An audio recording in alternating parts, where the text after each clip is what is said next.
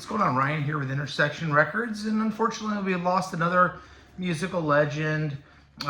Sam Moore has passed away at the age of 89 years old. Sam was in the forefront of really the recording industry and the soul music recording industry, famous for the duo of Sam and Dave. His story is really a story of perseverance. I think he was born in Georgia in 1935, but really family relocated to Miami area early in his life, and that's where he was from. Working in the church, singing in the church.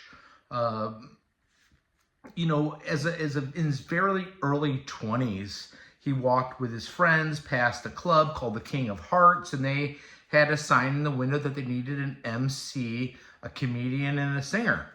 And he walked in with his buddies and said, I could do that, to the guy that ran the place. And the guy kind of questioned him, said, well, where have you done this before? And he said, well, the Fontainebleau, which is a famous hotel in South Beach, if you know Miami.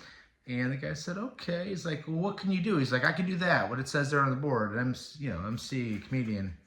He's like, well, okay. And gave him his phone number. And the owner of the club called the house, and the grandmother answered the phone and said, this guy wants to talk to you. And he's like, yeah, I can come for an audition.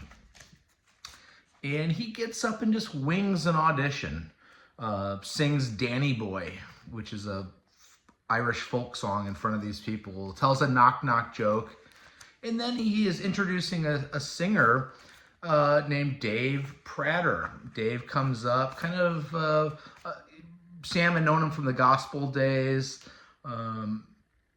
Dave had kind of had a little bit on the scene doing some Sam Cooke songs. This is like 1960. This is like 1956 now, okay? And they have this camaraderie and chemistry on stage, even in this audition, or even in the early bit here. And the crowd goes wild for Sam actually helping Dave sing a Jackie Wilson song that was out of the key that Dave sang in, and they're fumbling around stage. They drop the mic, the crowd roars, and at the end of the night, the club owner says, listen, I called the Fontainebleau. He said, first of all, he said, don't sing Danny Boy again. Your jokes aren't funny. Don't do that kind of comedy on the stage. And lastly, I called the Fontainebleau, and you did not perform there. You did not open up for Frank Sinatra like you said you did. But when you and that Dave guy, who's that Dave? He's like, Dave Prater. Yeah, when you and that Dave guy hit the stage, the crowd went crazy. This guy ends up becoming Sam and Dave's manager. They sign on to a Roulette's record label. They have some regional success, but by 1964, Sam and Dave have caught the attention of Ahmet Ertegun, who runs Atlantic Records, and Jerry Wexler and Ahmet Ertegun and go to New York, and they sign Sam and Dave to Atlantic Records. At which point they send them on a bus down to Memphis.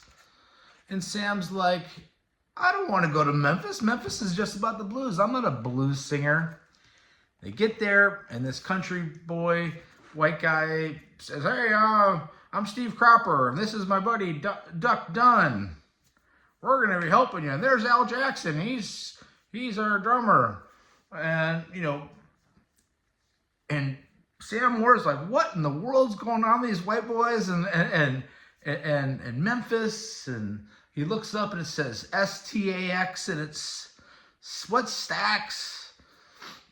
And then he sees a guy walking down the street with a purple shirt on, velvety, and chartreuse boots on, or white boots and chartreuse socks and a white belt and a beard, this black man, and it's Isaac Hayes. He's like, that guy's going to help you produce. And long story short, with the help of Isaac Hayes and his writing partner Dave, I can't think of Dave's name right now,